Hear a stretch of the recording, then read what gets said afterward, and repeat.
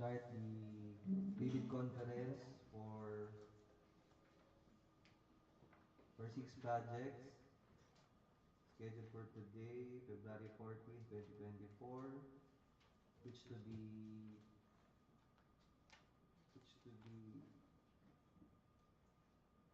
which was scheduled to be bid in February 27, 2024. Before we begin, Chief Aris, please, Vice, ano pala, nandiyan na pala si, ma'am?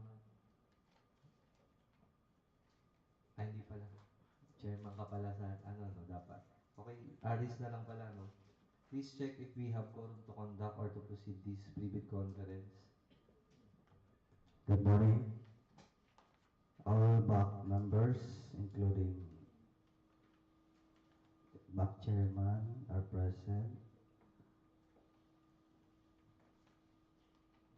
The DWG, all present, BAC secretariat. So based on the attendance, we have a quorum to conduct our pre-bid. Chair.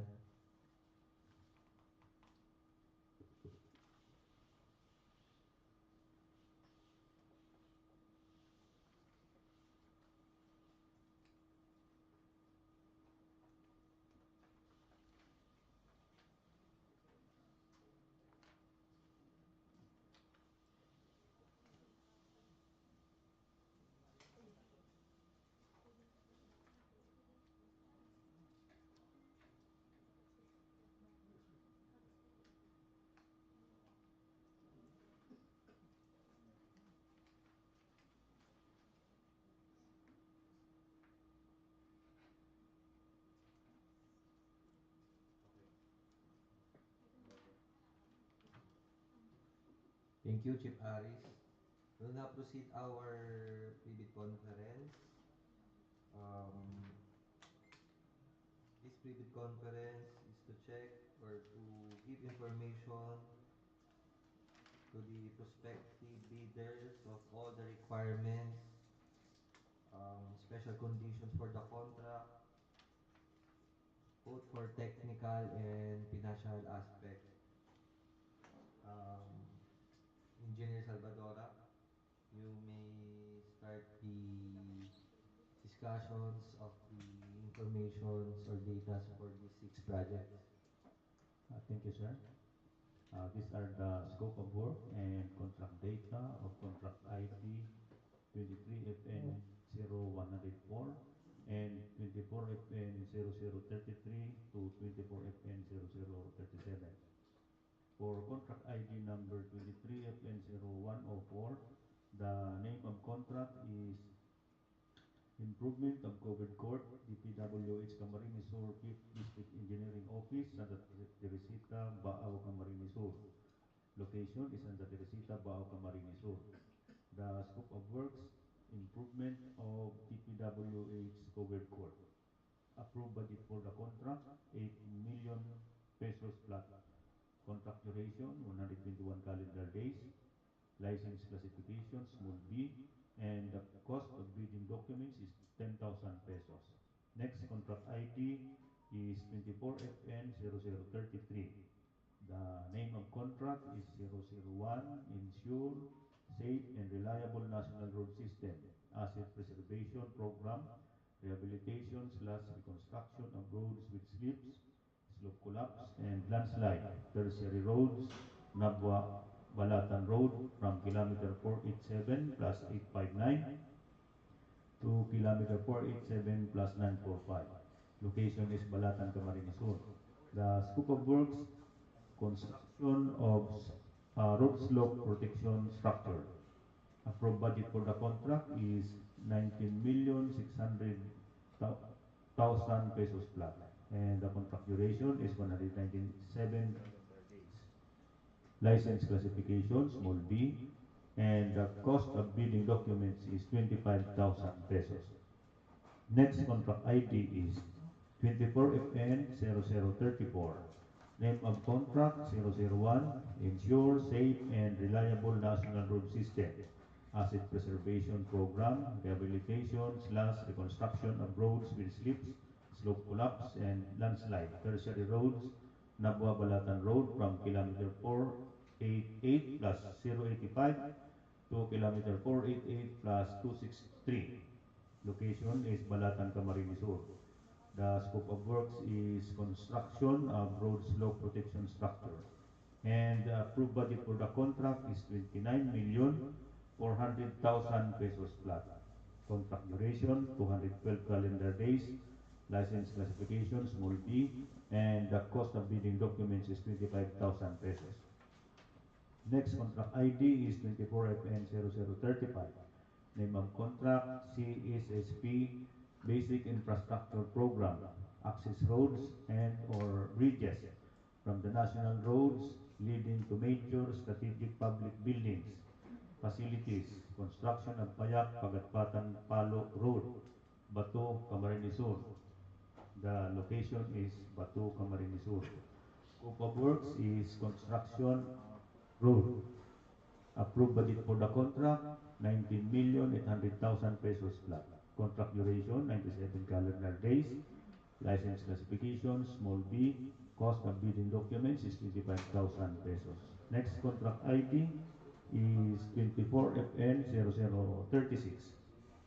The name of contract is CSSP, Basic Infrastructure Program, access roads and or bridges from the national roads leading to major strategic public buildings / facilities, construction of road, Barangay Pabrika, Bula, Camarines Sur. Location is Barangay Pabrika, Bula, Camarines Sur.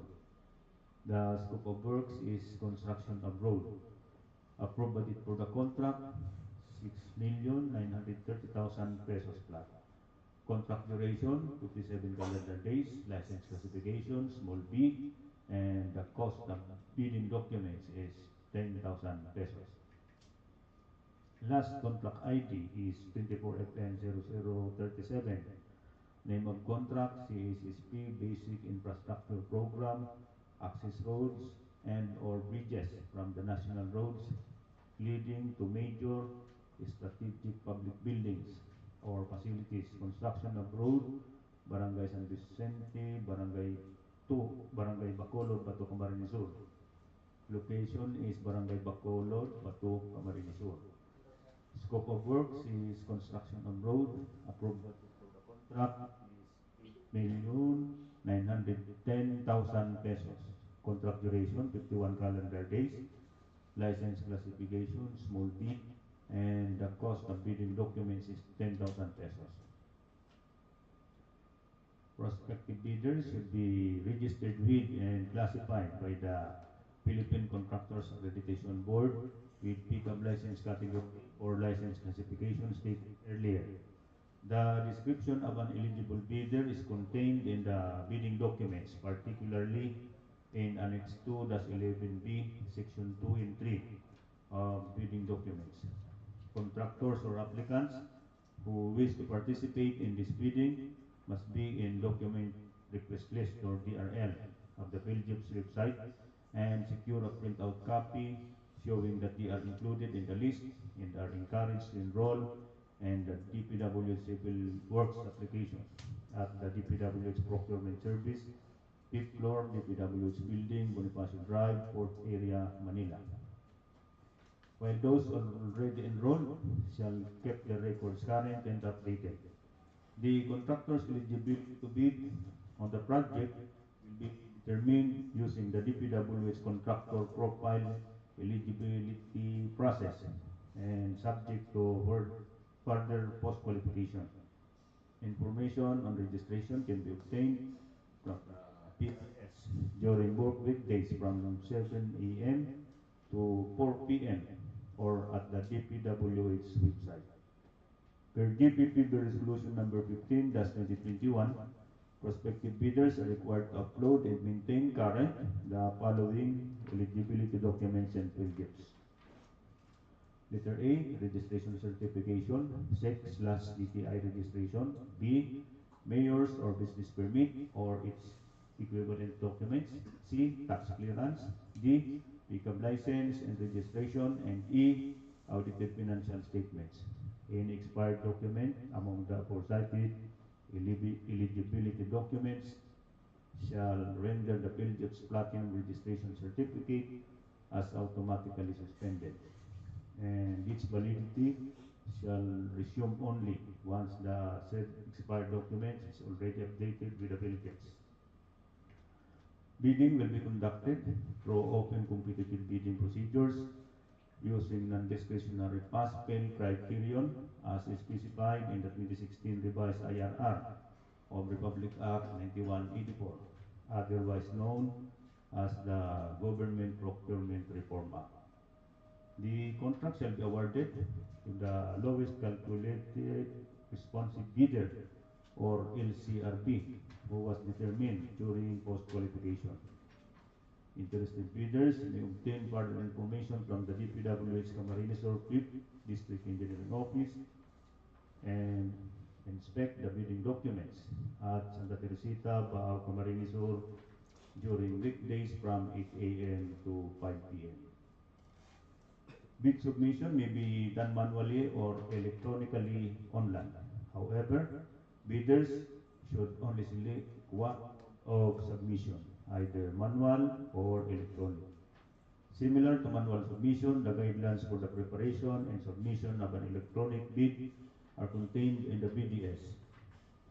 Bids must be duly received by the BAC Secretariat at the address stated for manual submission or at Camarines Sur 5 at dpwh.gov.ph for electronic submission on or before February 27, 2024 until 10 a.m. All bids must be accompanied by a bid security in any of the acceptable forms and in the amount stated in ITB Clause 18 for civil works. Bid opening shall be on February 27, 2024 at exactly 10:30 a.m. at DPWH Camarines Sur, 5th DEO, Santa Teresita, Baao, Camarines Sur.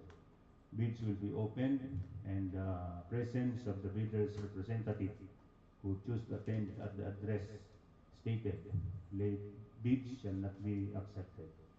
In addition, please be advised to read and review the instruction to bidders, eligibility data sheet, bid data sheet, and special condition of the contract in the bidding documents. Thank you.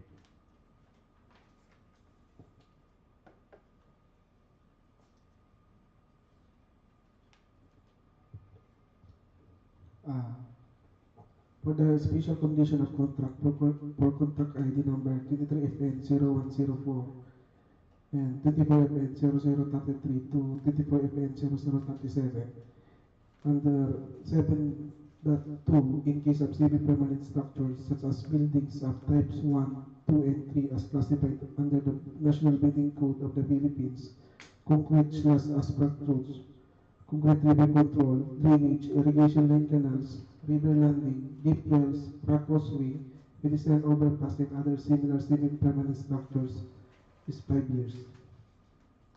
For the eligibility requirements, for contract ID number 23FN0104, the scope of works are improvement of covered court. Major categories of work of the contract to be procured is BICWO PLC, building construction without piles, low-rise concrete frame, 1 to 5 story, unit of measure, number of buildings, dimension 1, cost estimate for its major category of work is 8 billion pesos. The similar major categories of work are BICWPH CCP, building construction with piles, high-rise concrete frame, cast-in-place piles. Another one, BICWPLCCP, building construction with piles, low-rise concrete frame, cast-in-place piles. Another one, BICWPHCDP, building construction.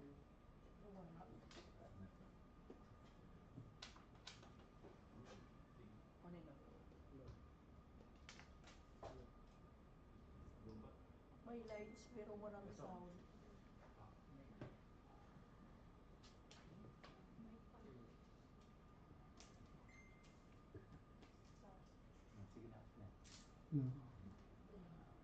Building construction with piles, high-rise concrete frame, ribbon piles. Another one, BICWPLCDP, building construction with piles, low-rise concrete frame, ribbon piles. Another one, BICWOPHC, building construction without piles, high-rise concrete frame. Another one, BIL, building industrial plant, low-rise. And BIH, building industrial plant and high-rise. And last, BIM, building industrial plant, medium-rise. For the contract ID number 24FN0033, the scope of works are construction of road slope protection structure. The major categories of work of the contract to be procured is RCSPS, roads construction, slope protection using structural measure, example, revetment, retaining structures, wire net. Unit of measure is kilometers, dimension is 0.18. Cost estimate for its major category of work is 29,400,000 pesos. The similar major categories of work are FCSPS, flood control construction, slope protection using structural measure, example, revetment, retaining structures, wire net, and FHR, flood control, hydraulics, river control. For contract ID number 24FN0036, the scope of works are construction of road. Major categories of work of the contract to be procured is RCP, roads construction, PCCP. The unit of measure is kilometers. Dimension is 0.5. Cost estimate for each major category of work is 6,930,000 pesos. The similar major categories of work are RRG, roads rehabilitation gravel, and RCTP, roads construction tunnel, PCCP.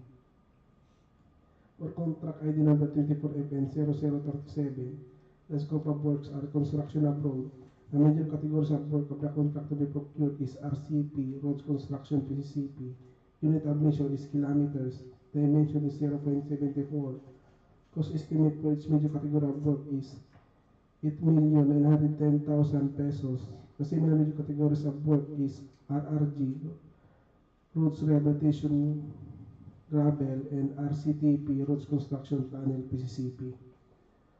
For eligibility requirements, for contract ID number 23FN0104 and 24FN0033 to 24FN0037, the required pickup license for this contract is as follows. Size range is small b, license category C and D, single largest project above 1 million pesos up to 15 million pesos. The allowable range of contract cost is up to 30 million pesos. For the minimum work experience requirements for the key personnel are the following. The required is 50% of ABC of each contract. The key personnel are project manager, project engineer, materials engineer, safety, health officer, and construction foreman. The number of personnel are all one. A general experience for project manager, project engineer, safety, health officer, and construction foreman is 5 years. And for the materials engineer is 3 years. The relevant experience, same position, in similar works are all 3 years. Under Section 3, with data sheet, the accredited safety officer required upon issuance of notice of award, subject to Department Order Number 129 Series of 2014, submission to Construction Safety and Health Program approved by the Department of Labor and Employment. First aider with certificate of training issued by Red Cross in compliance to DOLE requirements for the approval of Construction Safety and Health Program, required upon issuance of notice of award, subject to Department Order 129 Series of 2014, submission of Construction Safety and Health Program approved by the Department of Labor and Employment or DOLE. The said approved CHSP duly received by DOLE shall be the basis for the processing and approval of the contract. However, no claims by the contractor, advance payment, or first billing shall be processed and paid without the submission of the approved CHSP duly concurred by the DOLE, subject to Department Order Number 129 Series of 2014. For the minimum major equipment required for contract ID 23FN0104 and 24FN0033 to 24FN0037. Prospective bidders may view it on the bid data sheet clause 14.2a, open parenthesis 4, close parenthesis, open parenthesis C, close parenthesis, of each bidding documents posted in the DPWH and PhilJobs website. The minimum material testing equipment requirements for the project for the medium contractors, as per Department Order Number 11 Series of 2017 and Department Order 127 Series of 2018, stick application of RA 9184 in the conduct of post-qualification of bidders with a delayed ongoing contracts with the DPWH. Bids will be valid until 120 calendar days from the date of opening of bids. That's all, sir. Thank you.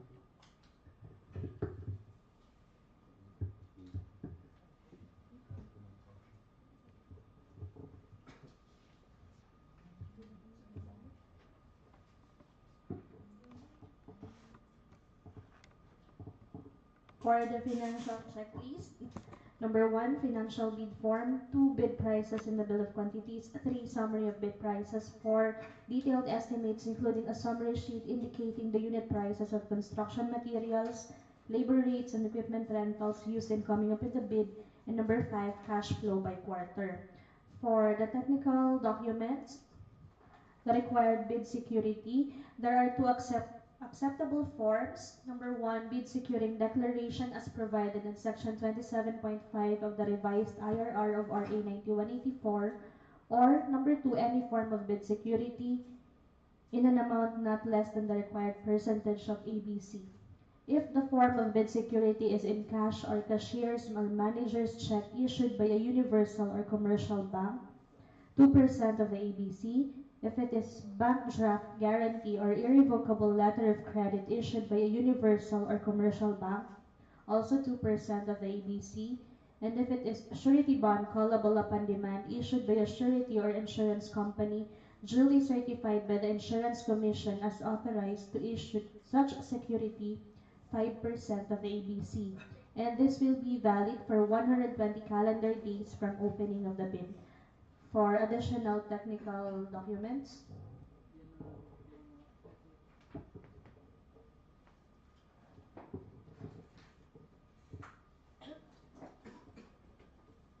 For project requirements, which shall include the following: organizational chart for the contract, list of contractors, key personnel to be assigned to the contract with their qualification data, list of contractors, major construction equipment used to be assigned to the contract, supported by certifications of availability, owned, leased, and or under purchase agreement, supported by the proof of ownership, example LTO, official receipt, certificate of registration, cash, sales invoice, official receipt, contract of lease agreements, purchase agreements of equipment executed by the owner, lessor, vendor, and made under oath. List of contractors' minimum materials testing equipment to be used to be assigned to the contract, supported by certifications of availability, owned, leased, supported by proof of ownership. Example, cash, sales invoice, official receipt, contract of lease agreement of equipment executed by the owner, lessor, and made under oath.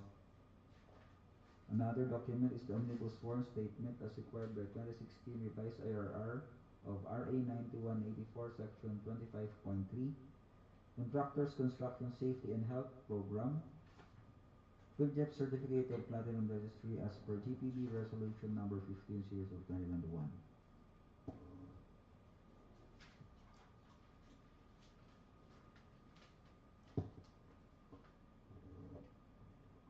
Criteria and procedure for eligibility check, preliminary examination of bids, detailed evaluation of bids, post-qualification and award. For the eligibility check, the BAC will determine the eligibility of the bidders based on the PhilJEP's registration on their legal aid documents, which should be maintained current and updated, including of that of the civil work application, which focuses on the NFCC, work experience or single largest completed contract, similar to the contract project for bidding at hand. BAC will ascertain based on the checklist of the required documents to be submitted using pass or fail criterion during the preliminary and detailed bid evaluation. In addition, after opening of bids as per 2016 revised implementing rules and regulations under section 32.2, the BAC will conduct a detailed bid evaluation of all the bids using non-discretionary criteria wherein it requires the completeness of the bid. For the post-qualification, the bidders were advised to read Department Order Number 127 Series of 2018 and other issuances relative to this matter since the BAC will be very keen and strict on the conduct of post-qualification process, considering that the concerned officials or employees, including the concerned BAC members, will be liable to the administrative penalties if this directive will not be followed. Then 10 calendar days upon receipt of notice of award, the contractor must comply the documents needed in the notice of award for the issuance of contract agreement. Thank you.